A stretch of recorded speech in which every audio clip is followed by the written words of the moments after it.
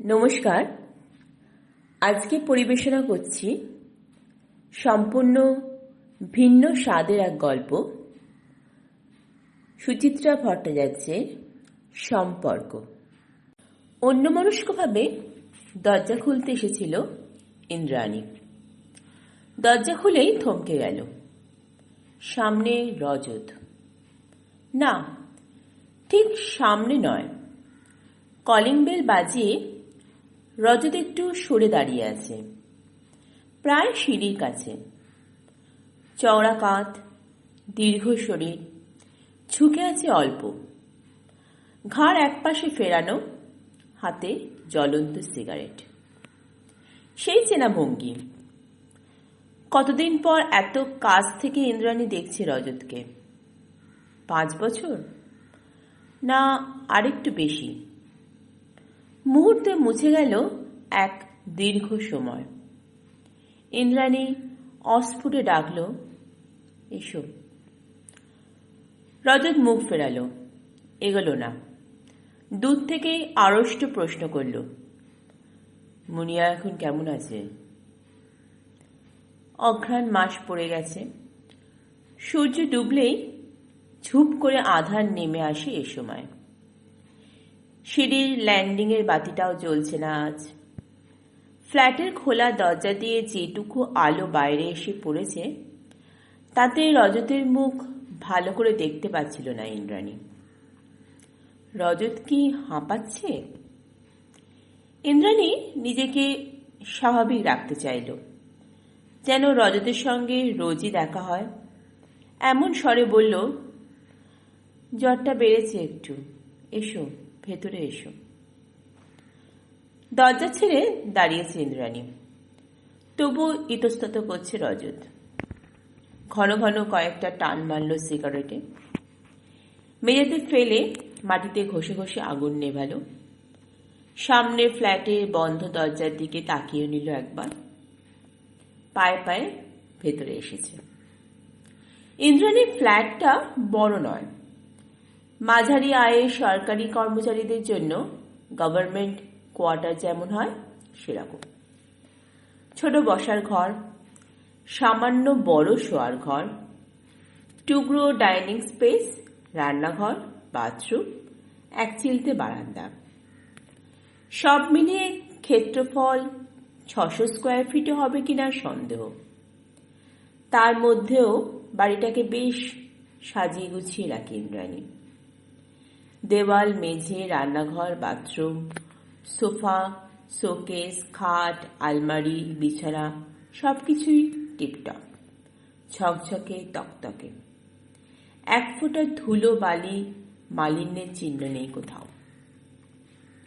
ইন্দ্রাণী চিরকালই এরকম, ভীষণ পরিষ্কার পরিষ্কারবাদী। সারাক্ষণ এত ফিটফাট ভাব, এত কেতাদুরস্ত চেহারা পছন্দ ছিল না রজতের। বলতো বাড়াবাড়ি, সোম্যানশিপ। এর কি বাড়ি না হোটেলের সুইট? রজত কোনোদিনই এই ফ্ল্যাটটাকে নিজের বাড়ি বলে ভাবতে পারিনি। ইন্দ্রাণীর নামে, ইন্দ্রাণীর চাকরি সূত্রে পাওয়া ফ্ল্যাট থাকতে রজতের পৌরুষে লাগত। এই নিয়েও কম অশান্তি, কম বাকবিতণ্ডা হয়েছে এক সময়। রজতের কাছে এই ফ্ল্যাট হোটেল ছাড়া আর কি বা। সেই ফেলে যাওয়া হোটেলের সুইটে এখন চোখ বোলাচ্ছে রজত। ইন্দ্রাণীর ভুরুতে ভাঁজ পড়ল। রজত কি দেখছে এত খুঁটিয়ে? 5 বছরে কতটা বদল হয়েছে হোটেলের। সেই পার্ক স্ট্রিটের নিলামঘর থেকে কেনা ডিম্বাকৃতি খাবার টেবিল, সেই 4টে পিঠ উঁচু কাঠের চেয়ার, সেই ফ্রিজ, সেই দেয়ালে লাগানো কাঁচের ক্রকারি কেস, সবই তো তেমন হয়েছে। ঠিক তেমনটি নেই, কিছু বদলেছেও। যেমন মানুষ বদলে যায় দিনে দিনে, মাসে মাসে, বছরে বছরে।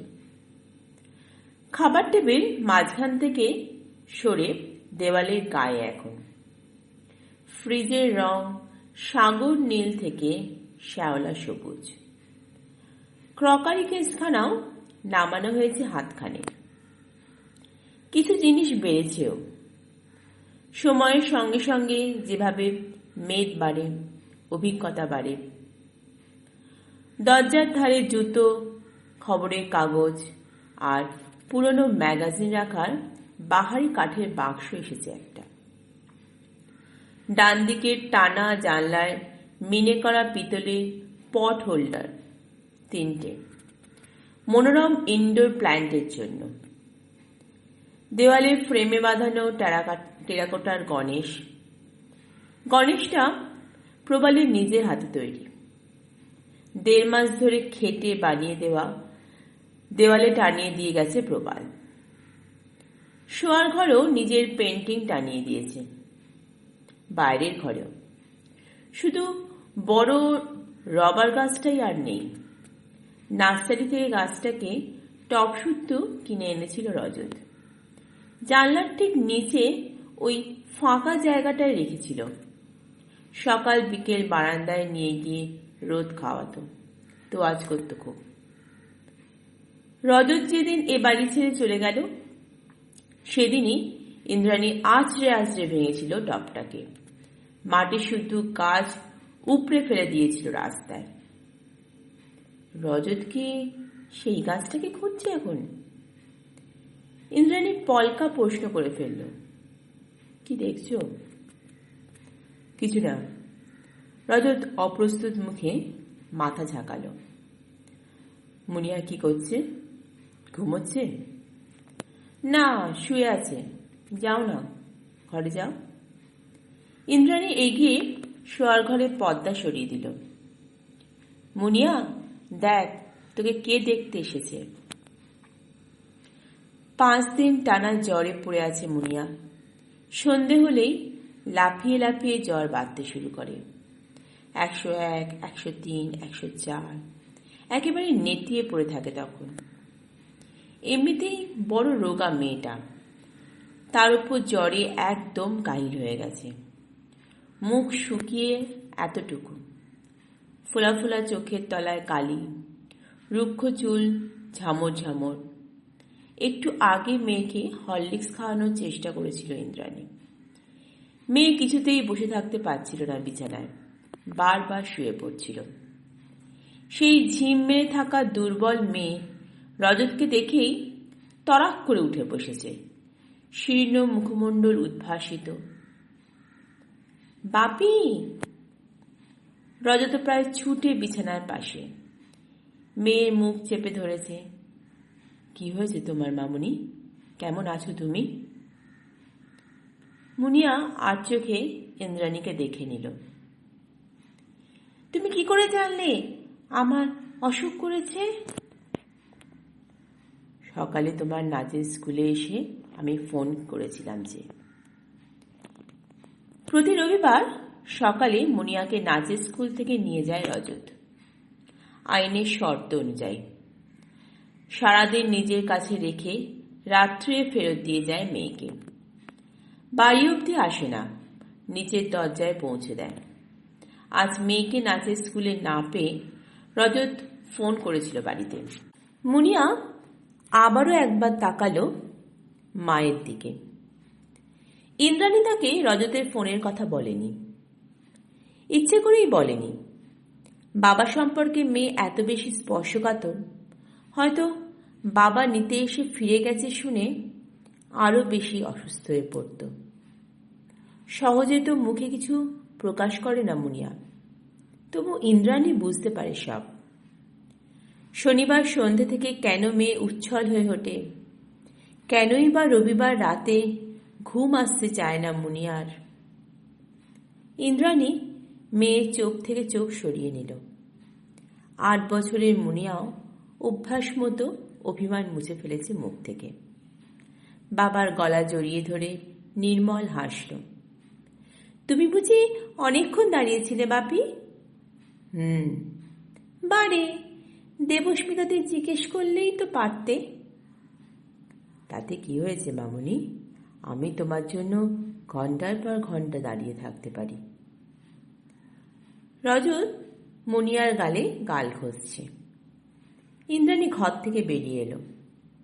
এখন বাপ মেয়েতে নিশ্চয়ই অনেক আহ্লাদীপনা চলবে। সেই যে বুধবার থেকে ইন্দ্রাণী অফিস কামাই করে বসে আছে, দিবারাত্র ছটফট করছে মেয়ের জন্য, তা যেন কিছুই নয়। বাবাকে দেখেই মেয়ে গলে জল। বেইমান, বেইমান! 9 মাস কষ্ট করে তোকে পেটে ধরেছিল কে? ওই বাবা?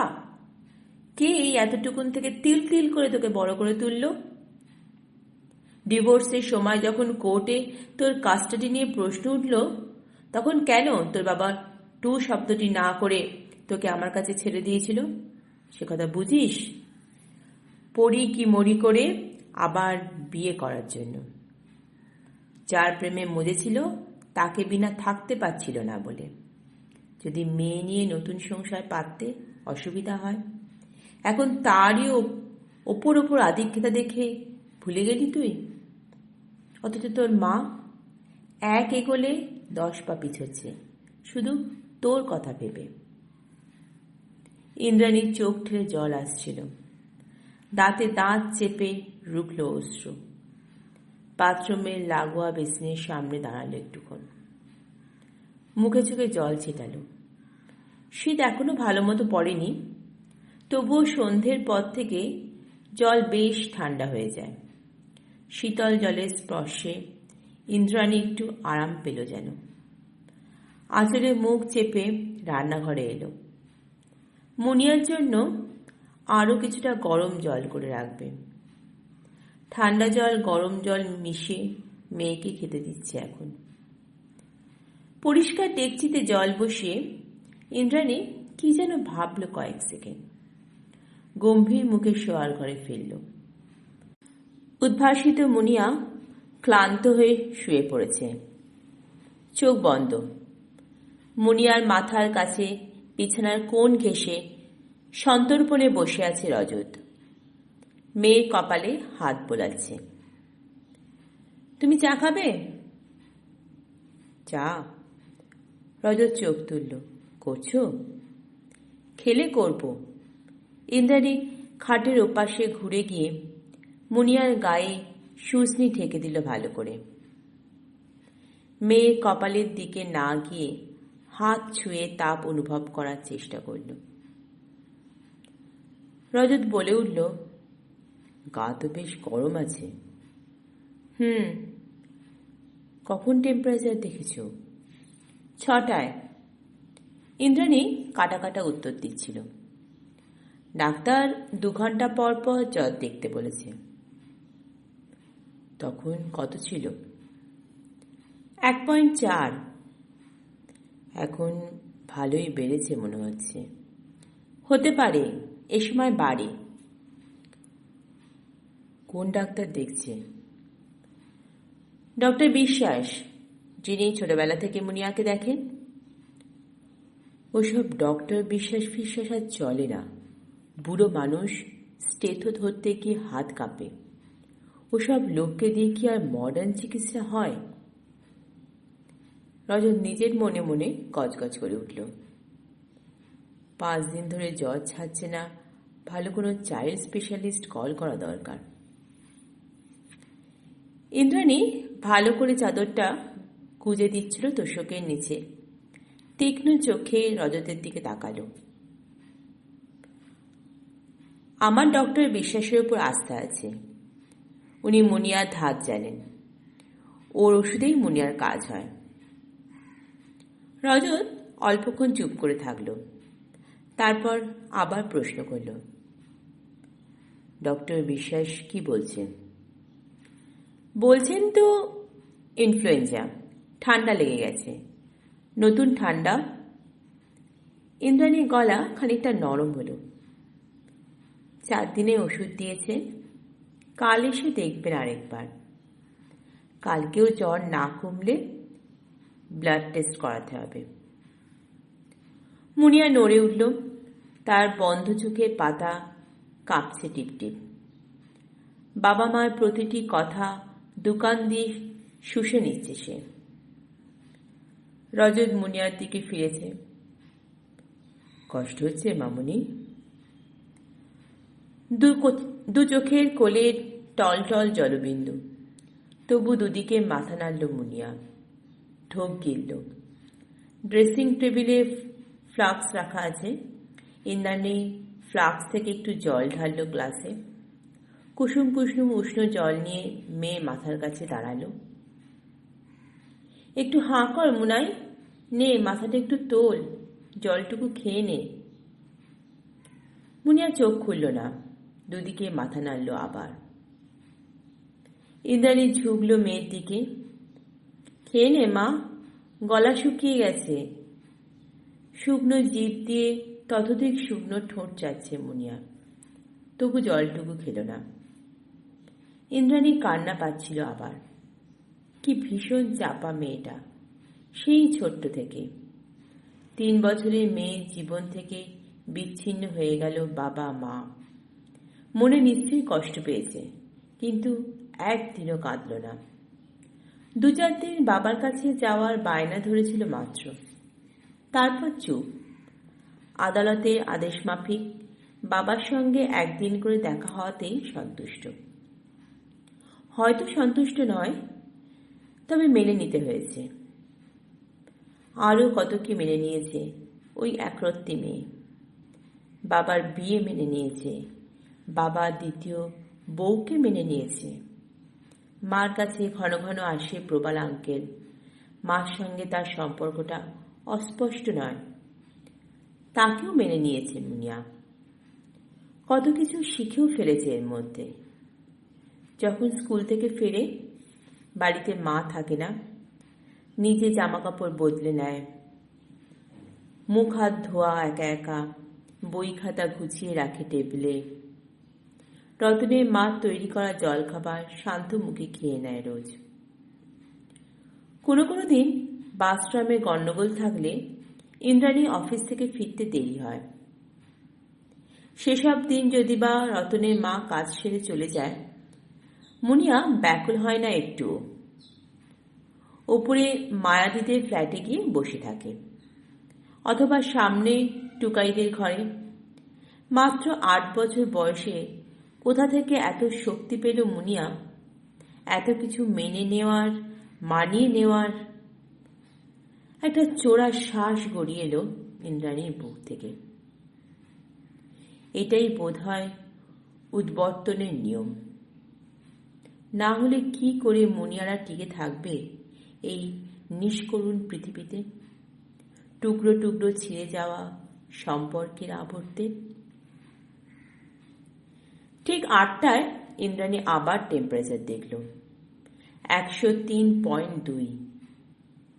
বিশেষ ডাক্তার টেম্পারেচারে একটা চার্ট রাখতে বলেছেন। সেই চার্টে ইন্দ্রাণী টুকল তাপমাত্রাটা।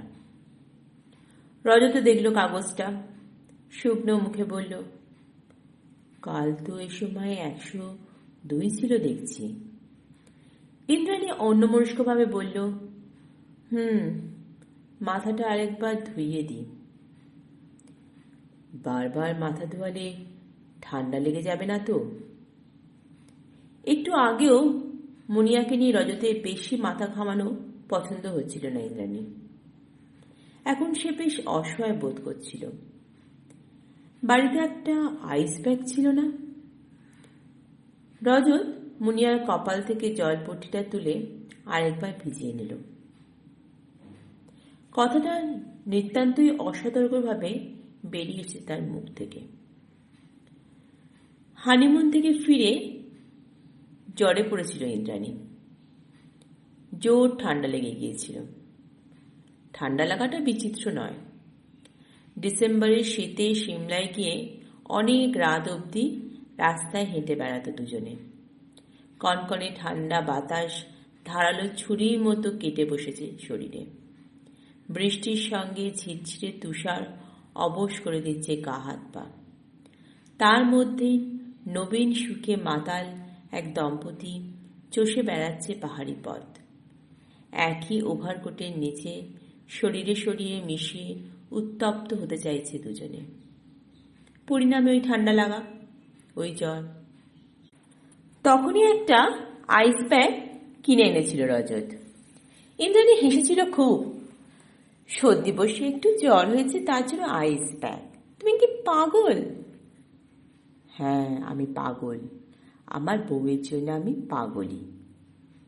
তোমার বাবা মা কি ভাবছেন বলো তো? কেন? তারা ভাববে কেন? বাড়ি, তাদের বুঝি জলচারি হয় না? তাদের জন্য কোনোদিন তুমি আইস প্যাক কিনে এনেছো? অন্যায় করেছি। রজত কাঁধ ঝাঁকিয়ে হেসেছিল। তা বলে তো তোমার কষ্ট দেখতে পারবো না। তুমি অসুস্থ হয়ে পড়ে থাকা মানে? অসভ্য কোথাকার। ইন্দ্রাণী চিমটি কেটেছিল রজতকে। ওই আইস ব্যাগ তুমি আলমারিতে তুলে রাখো প্লিজ। ছি ছি, এই সামান্য জ্বরে যে শুনবে সেই বলবে আদিক্ষেতা। তারপর থেকে আলমারিতেই পড়েছিল আইস ব্যাগটা, আর বেরোয়নি কোনোদিন। 5 বছরের দাম্পত্য জীবনেও নয়, 5 বছরের বিচ্ছিন্ন জীবনেও নয়। কথাটা বোধ হয় ভুল হলো। বছরখানেক আগে আলমারি গুছোতে গিয়ে ব্যাগটা চোখে পড়েছিল ইন্দ্রাণী। গরম জামা কাপড়ের তলায় থেকে থেকে রাবারের ব্যাগ গলে গেছে অযত্নে, অবহেলায়। ইন্দ্রাণী রজতের চোখ থেকে চোখ ফিরিয়ে নিল। ওটা নষ্ট হয়ে গিয়েছিল, ফেলে দিয়েছি। ও, তাহলে মাথায় ধোয়াও। ইন্দ্রাণীর অস্বস্তি হচ্ছিল। এক সূক্ষ্ম অপরাধ বোধে জীর্ণ হচ্ছিল যেন। ম্লান মুখে বলল, ফ্রিজে আইস কিউব আছে, কিছু বরফ যদি প্লাস্টিকে ভরে কপালে ধরি? ধরতে পারো। রজতের গলাতেও যেন সান্ত্বনা, তাতেও খানিকটা কাজ হবে। ইন্দ্রাণী ডাইনিং স্পেসে এলো। ফ্রিজ খুলে বার করার চেষ্টা করলো বরফ জমার পাত্রটাকে। পারছে না। ডিপ ফ্রিজের কঠিন সইতে জমাট বেঁধে আটকে গেছে পাত্রটা। রান্নাঘর থেকে খুন্তি এনে সজোরে চার দিল বরফের গায়ে।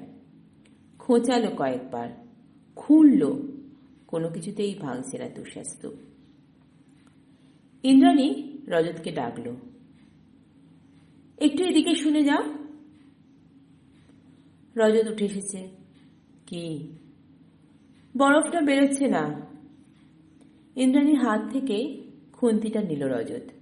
কয়েকবার ঠোক্কর মেরে বলল, খুন্তিতে হবে না, খুন্তি ভেঙে যাবে, অন্য কিছু নিয়ে এসো। রান্নাঘর থেকে লোহার সাঁড়াশিটা আনতে গিয়েছিল ইন্দ্রাণী। দরজার বেল বাজল। এখন আবার কে এলো? দিদি জামাইবাবু? দাদা বৌদি? নাকি ওপরে মায়াদি? হ্যাঁ, মায়াদি। দরজা খুলতেই হুড়মুড় করে ঢুকে পড়েছে ভেতরে। মুনিয়া কেমন আছে রে? জ্বর কমলো? বলেই মায়া নজর গেছে রজতের দিকে। কয়েক সেকেন্ড হতচকিত হয়ে দাঁড়িয়ে রইল। ইন্দ্রাণী অনুচ্চ স্বরে বলল, মুনিয়াকে দেখতে এসেছে। ও। রজতকে আপাতমস্তক জরিপ করল মায়া। রজত সামান্য হাসার চেষ্টা করল। কেমন আছেন? ভালো। মায়ার মুখে অসন্তোষের ছাপ। আপনার সংসার কেমন চলছে? পলকের জন্য রজত পাংশু হয়ে গেল। উত্তর না দিয়ে ধীর লয়ে ঘাড় নাড়ল শুধু। এত ধীর যে হ্যাঁ না ভালো মন্দ কিছুই বোঝা যায় না। ব্যস্ত ভঙ্গিতে বরফ ফোড়ায় মন দিল। মায়া রজতকে আর আমল দিল না। সোজা শোয়ার ঘরে গিয়ে মুনিয়াকে দেখে এলো। ইন্দ্রাণীকে বলল, যা ভেবেছিলাম তাই, জ্বর তো বেশ বেড়েছে। ইন্দ্রাণী অস্ফুট স্বরে বলল, মেয়ে তো একদম নেতিয়ে পড়ে আছে। খেয়েছে কিছু? বিকেলে একটু হরলিক্স খেয়েছিল। চিকেন স্যুপ দিতে গেলাম, থুথু করে ফেলে দিল। না খেলে তো আরো দুর্বল হয়ে পড়বে। মায়ার কপালে ভাঁজ পড়ল। তোর বিমানদাকে বলবো একবার ডাক্তারের কাছে ঘুরে আসতে, পারলে বুড়োকে ডেকে আনুক। ইন্দ্রাণী এক ঝলক রজতকে দেখে নিয়ে ঢোক গিলল। আজ রোববার, চেম্বার নেই, আজ কি আসবে? আসবে না মানে? ঘাড় আসবে। কি ওষুধ দিয়েছে ঠিক নেই, 5 দিন ধরে মেয়েটার জ্বর কমছে না। কতবার বলছি একটা চাইল্ড স্পেশালিস্টের কাছে নিয়ে যা, ওই ঢকঢকের বুড়ো দিয়ে আর হয় না। রজতের চোখে চোখ পড়ে গেল ইন্দ্রাণী। রজত খোঁড়া থামিয়ে দেখছে ইন্দ্রাণীকে। দেখছে না মজা পাচ্ছে, নাকি ভৎসনা করছে? মায়া এসব দৃষ্টি বিনিময় লক্ষ্য করেনি, নিজের মনেই বলল, তোরই বা কি দোষ? তুই বা একা হাতে কদিক সামলাবি, সংসার, মেয়ে, অফিস। বলতে বলতে অপাঙ্গ দেখে নিল রজতকে। প্রবাল আসেনি আজ? কোনো কারণ নেই, তবু কেমন যেন কাঠ হয়ে গেল ইন্দ্রাণী। চাপা গলায় বলল, ও তো এখানে নেই, উটিতে একটা আর্ট ওয়ার্কশপে গেছে, বুধবার ফিরবে। প্রবাল থাকলে তো তাও একটু সুবিধা হয়। মায়া ইচ্ছে করে একটু গলা তুলল। প্রবালকে দেখলে মুনিয়াটাও বেশ চনমনে থাকে। মায়াদিটা কি আরম্ভ করেছে! ইন্দ্রাণী যথেষ্ট বিচলিত হল, কিন্তু কিছু বলতেও পারছিল না সে। বলার কিছু নেইও। কথা ঘোরানোর জন্য তাড়াতাড়ি বলে উঠল, তুমি বরং বিমানদাকে একবার ডাক্তারবাবুর বাড়িতে পাঠিয়েই দাও মায়াদি। সে তোকে বলতে হবে না, আমি গিয়েই পাঠাচ্ছি। এক্ষুনি না পাঠালে তিনি আবার সুপারহিট মোকাবিলায় বসে যাবেন। পুরুষ মানুষের হলো ফুর্তির প্রাণ, কোনো দায়িত্ব ফায়িত্বর বালাই থাকে না। মায়া রজতের দিকে কটমট করে তাকালো। প্রবালের কথা অবশ্য আলাদা, কত গুণী, অথচ কি সেন্সিবল, কি রেশনাল। ওরকম ছেলে লাখে একটা পাওয়া যায়। রজতের কবজির চাপে চায় শুদ্ধ ধাতব পাত্র বেরিয়ে এসেছে এবার। পাত্রটা হাতে ধরে রজত থতমত মুখে দাঁড়িয়ে রইল একটু, তারপর রুক্ষ স্বরে বলল, এটা কোথায় রাখতে হবে? ইন্দ্রাণী এগোনোর আগে মায়া বলে উঠল, বেসিনে নিয়ে গিয়ে জলের তলায় ধরো না, বাইরে বরফটা ধুয়ে যাক। রজত বিনা বাক্য ব্যয়ে বেসিনের কল খুলছে। মায়া দরজার দিকে গিয়েও থামলো আরেকবার, আরেকটু খোঁচালো রজতকে। আমি বলি কি ইন্দু, বিয়েটা এবার সেরেই ফেল। দেখছিস তো, এক হাত ফেয়েও ছেলেরা আজকাল পড়ে থাকে না, আর এ তো ফ্রেশ ব্যাচেলার। আর ওরকম একটা ভালো ছেলেকে তুই কষ্ট দিবিই বা কেন? মায়া চলে গেছে, দরজাটা হাট করে খোলা। খোলা দরজা দিয়ে অঘ্রাণের হিম রেণু ভেসে আসছিল। ফ্ল্যাট জুড়ে এক অখণ্ড নৈশব্দ। নৈশব্দ এত গাঢ় যে আশপাশের ফ্ল্যাটের টিভির আওয়াজও এই শব্দহীনতার ঘেরাটোপ ভেদ করতে পারছিল না।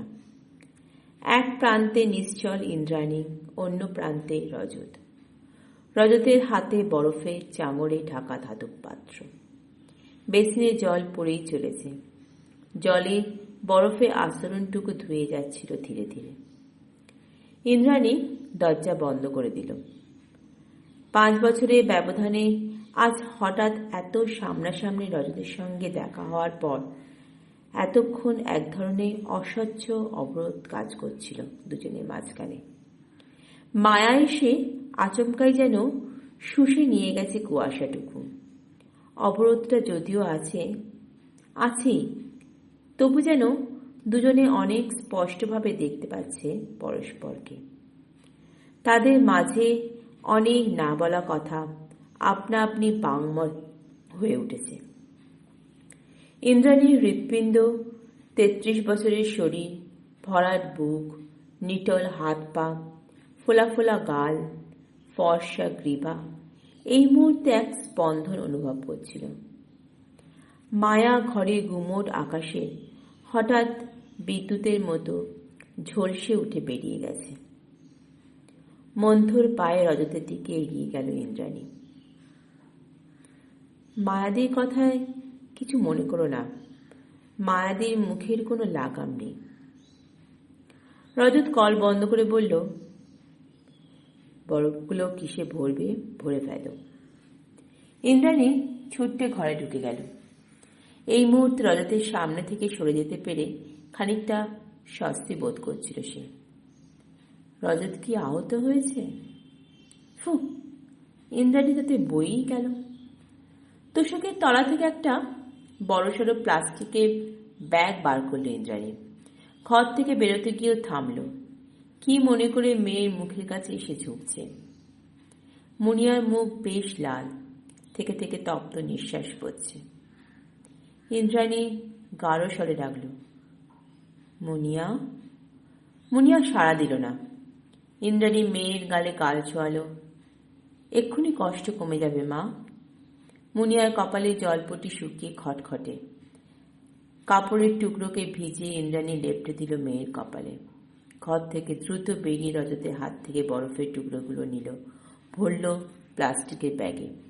দুজনে একসঙ্গে ফিরল মেয়ের কাছে। মুনিয়ার মাথার দুপাশে বসে আছে তার বাবা মা। দুজনেই দুদিক থেকে ধরে আছে বরফের ব্যাগ। দুজনেই মেয়েতে নিবদ্ধ। দুজনের সংশয়ে আকুল, দুজনেরই স্নায়ু টান টান। নীরবে বসে থাকতে থাকতে ইন্দ্রাণী একটা ছবি পাচ্ছিল, পুরনো ছবি। মলিন স্মৃতি হয়ে কোনো গোপন কুঠুরিতে ছিল এতদিন। হঠাৎই ভীষণভাবে জ্যান্ত। 1.5 বছরে মুনিয়া খাটে বসে খেলছে। অফিস যাওয়ার জন্য তৈরি হচ্ছে রজত। ইন্দ্রাণী ড্রেসিং টেবিলের সামনে। রজত বলল, মেয়ের গায়ে হাত দিয়ে দেখেছ? ইন্দ্রাণী বলল, দেখেছি, ছ্যাক ছ্যাক করছে। ছ্যাক ছ্যাক নয়, জ্বর আছে। তোমার কি আজ অফিস না গেলেই নয়? এটা কোন মাস খেয়াল আছে? এপ্রিল। এর মধ্যে আমার 14টা সিএল শেষ। ইন্দ্রাণী কপালে টিপ লাগালো। অফিসে বলে যত তাড়াতাড়ি পারি চলে আসব। ততক্ষণে জ্বর গায়ে মেয়েটা একা থাকবে? একলা কেন, উর্মিলা তো আছে। বাহ, এই না হলে মা। তুমিও তো বাবা, তুমি ছুটি নিয়ে থাকো না একদিন। আমি তোমার মতো সরকারি চাকরি করি না, প্রাইভেট ফার্ম, খেটে পয়সা রোজগার করতে হয়। বিয়ের আগে তুমি অন্য কথা বলতে। সংসারের সব কাজ আমরা সমান ভাগে ভাগ করে নেব। সব ঝড়ঝাপটা দুজনে একসঙ্গে সামলাবো। তা বলে আমি জোরুমেও সামলাবো অফিস কামাই করে, আর তুমি নাচতে নাচতে বেরিয়ে যাবে? বাজে কথা বলো না। কদিন তুমি মেয়ের জন্য অফিস কামাই করেছ? মেয়ের যখন হাম হলো, কে আর্নড লিভ নিয়ে বাড়িতে বসেছিল? 1.5 বছরে আমার কতগুলো ছুটি চলে গেছে হিসেব করেছ? সেটা তোমার ডিউটি। ডিউটি শুধুই আমার একার, তোমার নেই। বড় বড় কথা বলো না। কেন বলবো না? তোমার চাকরি চাকরি, আমার চাকরি কিছু নয়। ইন্দ্রাণী ঘুরে বসল। ভুলে যেও না, যেখানে দাঁড়িয়ে কথা বলছো কোয়ার্টারটাও আমার চাকরির দৌলতেই পাওয়া। ভুলিনি, তুমি ভুলতে দাও না কোনো সময়। কি কুক্ষণে যে নিজের বাড়ি ছেড়ে এই কোয়ার্টার এসেছিলাম। হ্যাঁ হ্যাঁ বলো, সে দোষও আমার। আমি তোমাকে তোমার ফ্যামিলি থেকে ফুসলে নিয়ে এসেছি। আমার ভালো লাগে না, আমার ভালো লাগছে না। রজত অস্থিরভাবে মাথা ঝাঁকালো। আমি বলছি তুমি আজ যাবে না, যাবে না। তোমার হুকুম? হ্যাঁ হ্যাঁ হুকুম। উর্মিলা। ইন্দ্রাণী ব্যাগ কাঁধে উঠে দাঁড়ালো। উর্মিলা, মুনিয়া রইল দেখিস। ওকে আজ স্নান করাস না, গাটা গরম আছে, সময় মতো খাইয়ে দিস। আমি দুপুরে চলে আসব। ইন্দ্রাণী অফিসে বেরিয়ে গেল। গড়গড় করতে করতে রজত। 1.5 বছরের শিশু খেলা ফেলে হাঁ করে দেখছে বাবা মা চলে যাওয়া। তখন থেকেই কি ভাঙনের শুরু মেয়েকে কেন্দ্র করে, নাকি তার আগে থেকেই ঘুণ ধরেছিল সম্পর্কে? মেয়ের অস্তিত্ব শুধু সেই ক্ষয়টাকে প্রকট করে দিচ্ছিল। কত তুচ্ছ বিষয় নিয়ে যে সবসময় লড়াই করতো দুজনে, বাজার নিয়ে, আলু পটল নিয়ে, ঘর সাজানো নিয়ে, আত্মীয় স্বজনের বাড়ি যাওয়া নিয়ে, ক্ষুদ্রাতি ক্ষুদ্র সুখ স্বাচ্ছন্দ্য নিয়ে। কার দোষ বেশি ছিল, ইন্দ্রাণী না রজতের? কার মন আগে অন্যদিকে ঘুরে গেল, ইন্দ্রাণী না রজতের? রজত অনেকক্ষণ পর আচমকাই ডাকল ইন্দ্রাণীকে। শুনছ, ও ঘরে তোমার ফোন বাজছে। আত্মমগ্ন ইন্দ্রাণী পাশের ঘরে যাচ্ছে। দূর মনস্ক মুখে রিসিভার তুলেই ঝাঁকুনি খেল। ওপারে সুদেশনা। রজত কি আছে ওখানে? ইন্দ্রাণী নীরসভাবে বলল, হ্যাঁ। একটু ডেকে দিবি কাইন্ডলি? দিচ্ছি। সুদেশনা সত্যি অত্যন্ত অভদ্র। রজত এখানে এসেছে জানে, তার মানে কেন এসেছে সেটাও জানে। তবু একবার মুনিয়া কেমন আছে জিজ্ঞাসা করল না। করলেও অবশ্য ইন্দ্রাণী খুব পাত্তা দিত না। মুনিয়া ইন্দ্রাণীরই, শুধুই ইন্দ্রাণী। সুদেশনার অধিকার নেই মুনিয়ার কথা জানার। রজত টেলিফোনে কথা বলছিল। ভারী পর্দার এপাশে ইন্দ্রাণী স্থাণুবৎ। তার একসময় প্রিয় বান্ধবী কথা বলছে তার একসময়ে প্রিয় মানুষটির সঙ্গে। ইন্দ্রাণী এখন কেউ নয় ওই দুজনে। দু চারটে শব্দের টুকরো কানে আসছিল ইন্দ্রাণী। না না, ডাক্তার আসছে, দেখি আর একটু। বলতে পারছি না ঠিক। ক্রমশ ডুবে যাচ্ছে রজতের স্বর। ইন্দ্রাণী নিজেকে ধমকালো। সে কিনা শেষে আড়ি পাচ্ছে। ফোন রেখে রজত বাথরুমে গেল। মিনিট কয়েক পর ফিরছে। সেও মুখে চোখে একটু জল দিয়ে এসেছে বোঝা যায়। এই আলগা শীত শীত রাতেও রুমালে মুখ মুছছে। ইন্দ্রাণী ট্যাচা চোখে দেয়াল ঘড়ির দিকে তাকালো। অনেক রাত হয়েছে, 9টা বাজে। এবার বাড়ি যাও। মুনিয়ার জ্বরটা কমল না। রজত আমতা আমতা করে বলেই ফেলল, ভাবছি আজকে রাতটা মুনিয়ার কাছে থেকেই যায়। দরকার হবে না, ইন্দ্রাণী কঠিনতর। এরকম টেম্পারেচার রোজই উঠছে। দরকারের কথা নয়, এটা ডিউটির ব্যাপার। আমি বাবা, আমার একটা কর্তব্য আছে। মেয়ের জন্য আমারও তো দুশ্চিন্তা হয়। নিজের চোখে মেয়ের এই অবস্থা দেখে আমি যাই কি করে? তাই বুঝি? যাওয়া যায় না বুঝি? রজত চুপ করে রইল। ইন্দ্রাণী আবারও হুল ফোটাল। সুদেশনার পারমিশন নিয়েছ? রজত বিভ্রান্ত মুখে তাকালো। তুমি আমাকে আমার মেয়ে অসুখের সময়ও তার কাছে থাকতে দেবে না ইন্দ্রাণী? রাত বাজছে। রজত মেয়েকে ঘুম পাড়াচ্ছিল। বিশ্বাস ডাক্তার এসে দেখে গিয়েছে মুনিয়াকে। কাল রক্ত পরীক্ষা করাতেই হবে, সঙ্গে স্টুল ইউরিনও। অসুখটা সম্ভবত ফ্লু নয়, টাইফয়েড গোছের কিছু হবে। তবে তার মতে সাময়িক উত্তেজনা থেকে নারীর গতি চঞ্চল হয় অনেক সময়। সেটাও হয়তো জ্বর বাড়ার একটা কারণ। জ্বর কমানোর জন্য ওষুধও দিয়ে গেছেন তিনি, তরল পাইরেজেসিক। রজতই বেরিয়ে কিনে এনেছিল ওষুধ। বিমানের বাধা শোনেনি, মায়ার ব্যঙ্গও না। 1 ডোজ ওষুধ পড়ার পর থেকেই মুনিয়ার জ্বর নামছে একটু একটু করে। মায়া আর বিমান ইন্দ্রাণীকে বলে গেছে একটু অসুবিধা হলেই তাদের ডাকতে। রজতের উপস্থিতি তারা ধর্তব্যেই আনতে চায়নি। তাতেই বুঝি আরো জেদ চেপে গেছে রজতে। সে আজ মুনিয়ার কাছে থাকবেই। ইন্দ্রাণী টুকটাক ঘরটাকে গুছিয়ে নিচ্ছিল। বরফের প্লাস্টিক ব্যাগ বাথরুমে রেখে এলো। খাটে লাগোয়া ছোট টেবিলে ওষুধপত্রগুলো সাজিয়ে রাখলো ঠিক করে। মুনিয়ার জামা প্যান্ট, ইন্দ্রাণীর শাড়ি ব্লাউজ শুকোচ্ছিল বারান্দায়। রতনের মা দুপুরে কেচে মেলে দিয়ে গেছে। সেগুলোকে তুলে এনে ভাঁজ করে আলনায় রাখল। মুনিয়ার পড়ার টেবিলে প্রবালে একটা ফটোগ্রাফির বই পড়ে আছে। প্রবালই রেখে গেছে যাওয়ার সময়।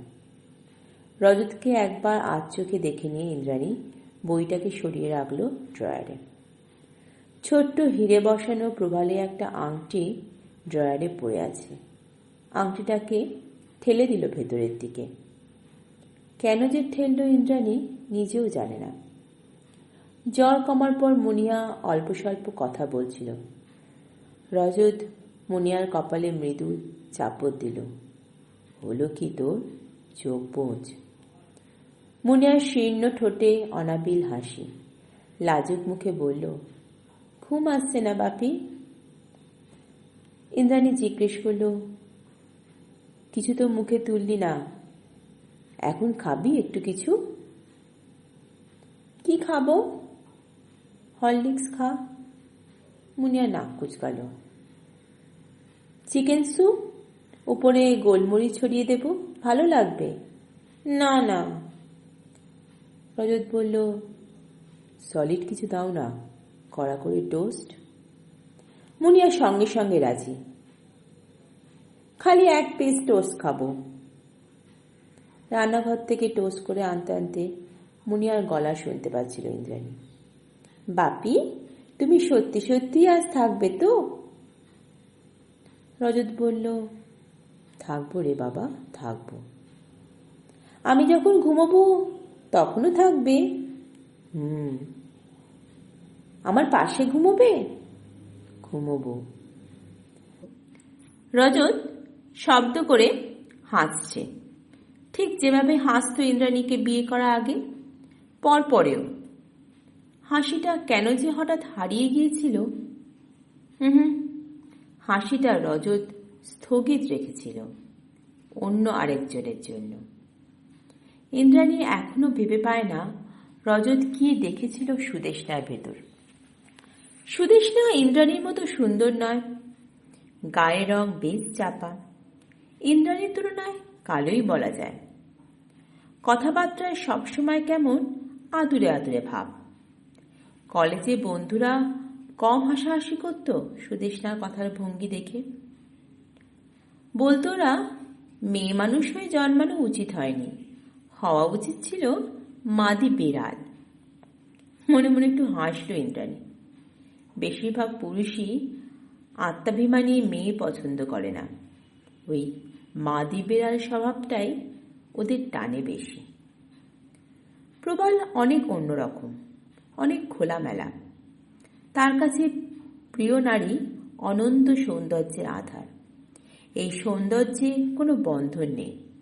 ঘাস, ফুল, লতা পাতা, দিগন্ত বিস্তৃত সবুজ ধানক্ষেতের মতো এও যেন এক প্রকৃতির বিস্ময়। এ কথা প্রবালী তাকে বলেছে বারবার। প্রবালী কেন প্রথম থেকে জীবনে এলো না ইন্দ্রাণী? এই মুনিয়া এত জটিলতা থাকতো না তাহলে। দ্বিধা দ্বন্দ্বের জীবনটার মুখোমুখি হতে হতো না ইন্দ্রাণীকে। ইন্দ্রাণী টোস্ট এগিয়ে দিল মেয়ের দিকে। উঠে বসো, খেয়ে নাও। মুনিয়া রজতের হাত চেপে ধরল। বাপি, খাইয়ে দেবে?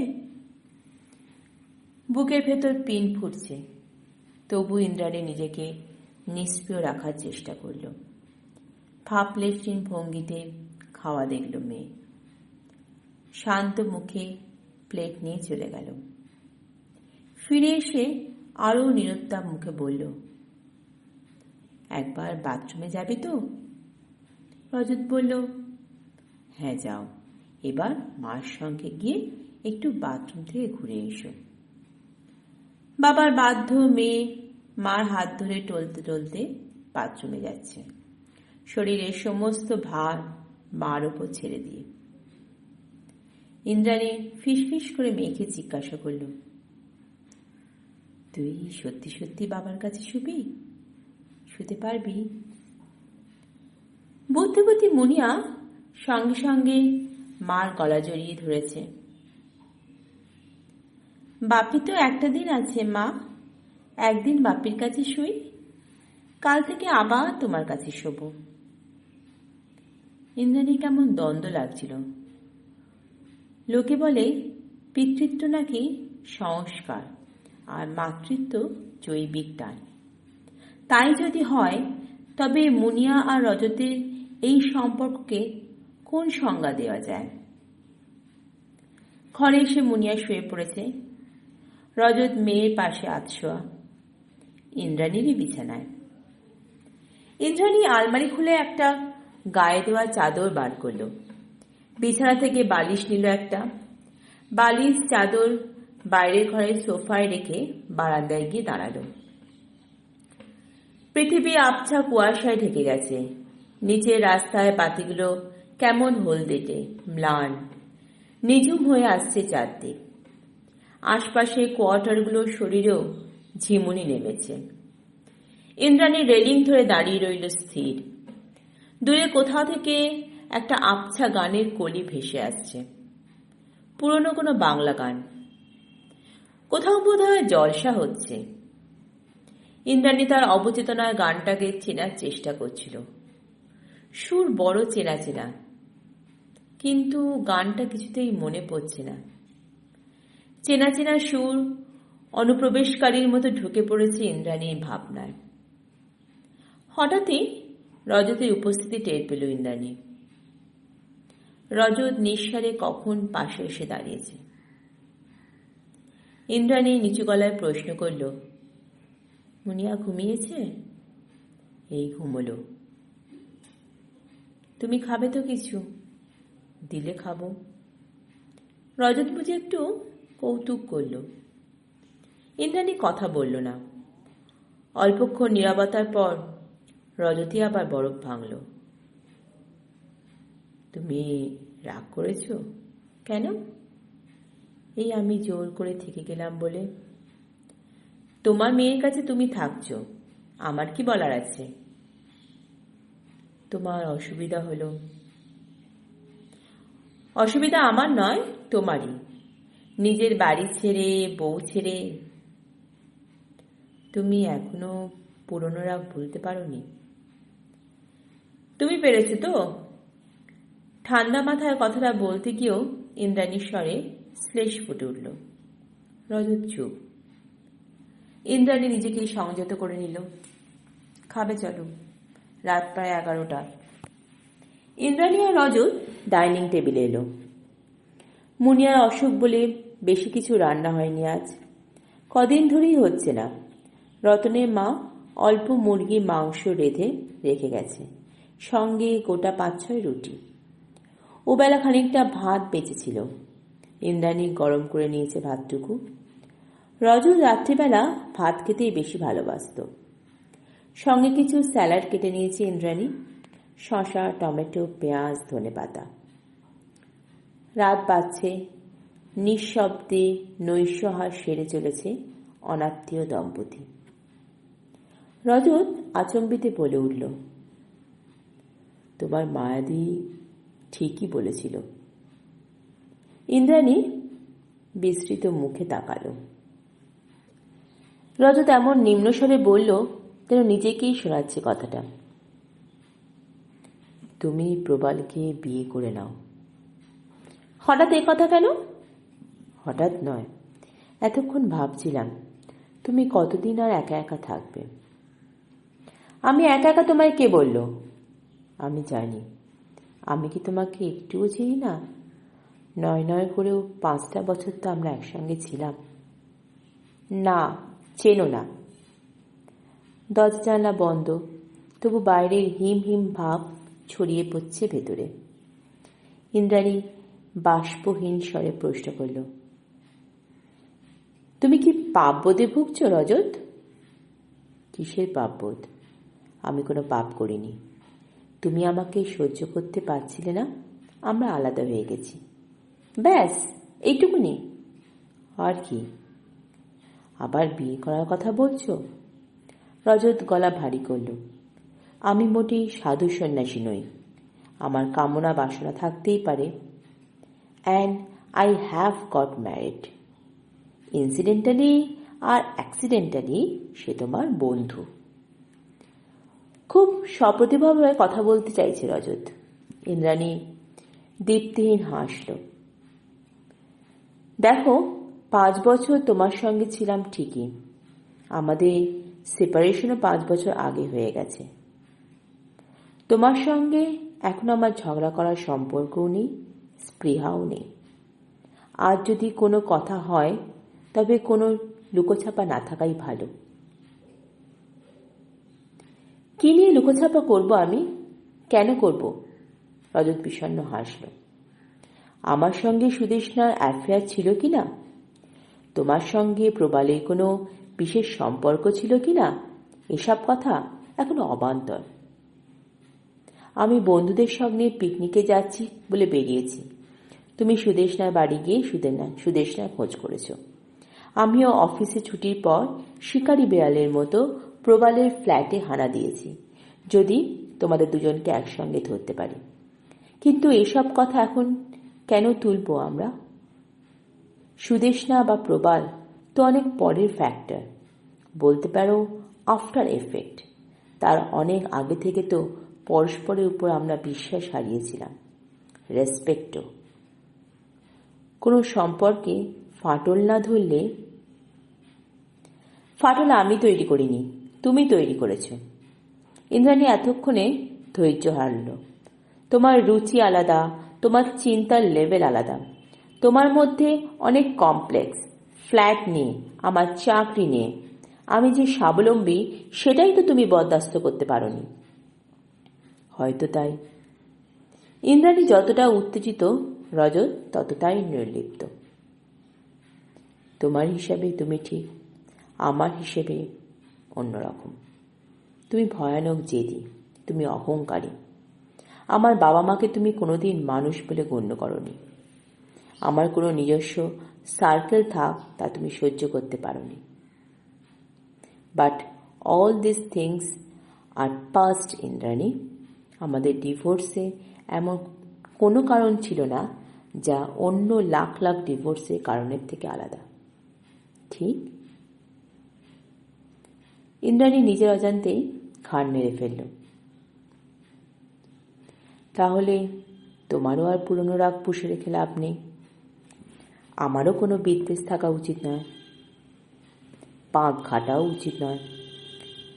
রজত ইন্দ্রাণীর দিকে ঝুঁকল, আনমনে একটা একটা শশার টুকরো মুখে ফেলে চিবল খানিকক্ষণ। আত্মগতভাবে বলল, আমরা যখন শেয়াল কুকুরের মতো ঝগড়াঝাটি করতাম, পরস্পরকে আঁচড়াতাম, কামড়াতাম, দুজনেরই মনে হতো আমি ভালো তুমি খারাপ। কিন্তু কথাটা তো সত্যি নয়। আমরা কেউই ভালো লোক নই, কেউই খারাপ লোক নই। We are just too ordinary people, most ordinary, অকিঞ্চিতকর রকমের সাধারণ। আহার, নিদ্রা, মৈথুন, সামান্যতম সুখ, সামান্যতম স্বাচ্ছন্দ্যের জন্য উন্মত্ত দুটো মানুষ মাত্র, যাদের শুধু চাই চাই চাই, যারা পরস্পরকে কিছু দেবে না, দিতে চায় না, এমন দুটো জীব। রজতের কথায় কোনো ঝাঁজ নেই, কোনো তিক্ততা নেই, যেন অমোঘ এক দৈববাণী উচ্চারণ করছে সে। ইন্দ্রাণী ঠিক মানতে পারছিল না কথাগুলো, কোথায় যেন বাদ ছিল তার। সত্যি কি তারা ওই রকম? থমথমে মুখে ইন্দ্রাণী বলল, তুমি গায়ে পড়ে এত কথা শোনাচ্ছ কেন? আমি তো কোনো পুরনো কথা তুলিনি, তুমি নিজেই। হ্যাঁ, আমি নিজেই তুলেছি, নিজেই বলছি। রজত গ্লাসের জলে অল্প হাত ধুয়ে নিল। আমি মুনিয়াকে দেখতে এসেছিলাম। আমার অনেক দ্বিধা ছিল, আসার আগেও ছিল, আসার পরেও ছিল, কিন্তু এখন আমার বেশ মজা লাগছে। মজা? হ্যাঁ, মজা। কেন জানো? দেখলাম এখনো তুমি আমার সঙ্গে লড়াই করতে চাইছো। কখনো না। রজত হেসে ফেলল। এখনো সেই যে, সেই একা একা কষ্ট পাওয়া? আমি কষ্ট পাই না, আমি একা ভালো আছি। নেই, প্রবালকে বিয়ে না করে তুমি মেয়ের কাছে জিততে চাইছো, এখনো আমাকে হারাতে চাইছো, পারছো না। ইন্দ্রাণী সহসা কেঁপে উঠল। প্রবল ঠান্ডায় এক বিস্তীর্ণ প্রান্তরে যেন তাকে দাঁড় করিয়ে দিয়েছে রজত। ইন্দ্রাণীর শীত করছিল, ভয়ঙ্কর শীত। সামান্য শব্দে ইন্দ্রাণীর তন্দ্রা ছিঁড়ে গেল। এখন ঝকঝকে সকাল, ভোরের মুখে কখন যেন চোখ দুটো জড়িয়ে এসেছিল ইন্দ্রাণী। বসার ঘরে সোফায় শুয়ে ঘুম আসেনি সারা রাত, কিছুটা অনভ্যস্ত শয্যার জন্য, কিছুটা বা অন্য কোনো কারণে। চোখের পাতায় একটুখানি ঘুম নামলেই ইন্দ্রাণী চমকে জেগে উঠছে। কেউ এলো কি ঘরে? আসেনি। ইন্দ্রাণী নিজেই উঠে কয়েকবার উঁকি দিয়েছে ও ঘরে। হালকা নীল নাইট ল্যাম্পে আলোয় কি নিশ্চিন্তে ঘুমোচ্ছিল রজত, মুনিয়াকে বুকে আঁকড়ে। সত্যি কি রজত ঘুমোচ্ছিল, নাকি ঘুমের ভান করে শুয়েছিল মাত্র? ইন্দ্রাণী বুঝতে পারেনি। তবু কোনো এক গূঢ় সংকেতের প্রতীক্ষা করছিল মনে মনে।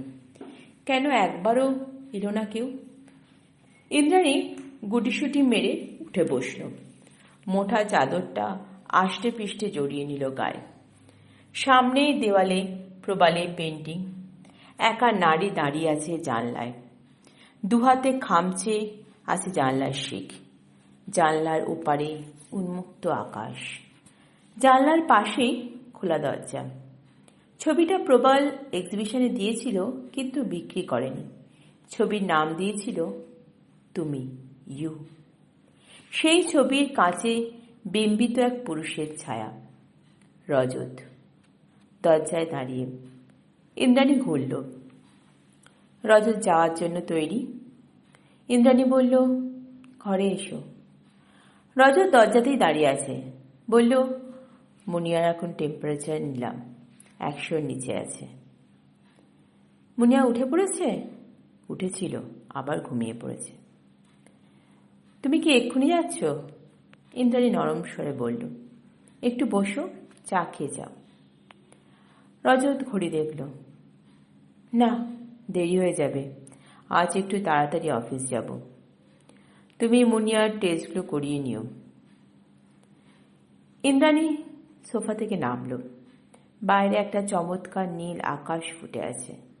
বারান্দায় ঝিলমিল করছে রোদ। ছোট্ট একটা চড়ুই রোদ্দুরে পিকপিক নাচছে। ইন্দ্রাণী ফ্ল্যাটের খোলা দরজা ধরে দাঁড়িয়ে রইল বহুক্ষণ। তারপর আবার সোফায় ফিরে গুটিসুটি মেরে বসল। পৃথিবীর কোলাহল শুরু হয়ে গেছে, শুধু ইন্দ্রাণীর বুকটাই এখন অদ্ভুত রকমের নির্জন। তার মধ্যে আর রাগ নেই, বিদ্বেষ নেই, অসূয়া নেই, ঘৃণাও নেই। তার হৃদয়ে এখন উপড়ে ফেলার মতো কোনো শিকড়ই অবশিষ্ট নেই আর। এত ভয়ঙ্কর শূন্যতায় কি যে কাঙাল হয়ে যায় মানুষ। ইন্দ্রাণী ডুকরে কেঁদে উঠল। শুনছিলেন সুচিত্রা ভট্টাচার্যের সম্পর্ক। গল্প পাঠটি কেমন লাগলো অবশ্যই কমেন্ট বক্সে আপনাদের মন্তব্য জানাবেন। নমস্কার।